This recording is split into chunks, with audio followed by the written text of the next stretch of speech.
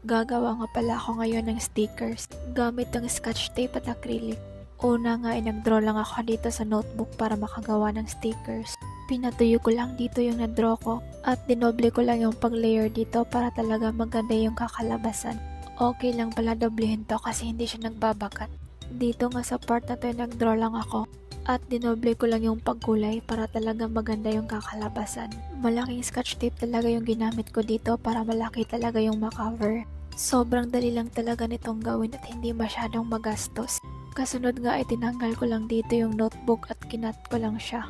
Hindi ko pala sinagad sa paggunting dito para maganda tignan. Pagkatapos ko ngang magunting lahat ay pinadikit ko lang dito sa scotch tape ulit. Inisa-isa ko lang dito sa pagdikit sa notebook para madali lang siyang makuha. Sa mga mahilig pala gumawa ng scrapbook ay highly recommend na ganito yung gawin.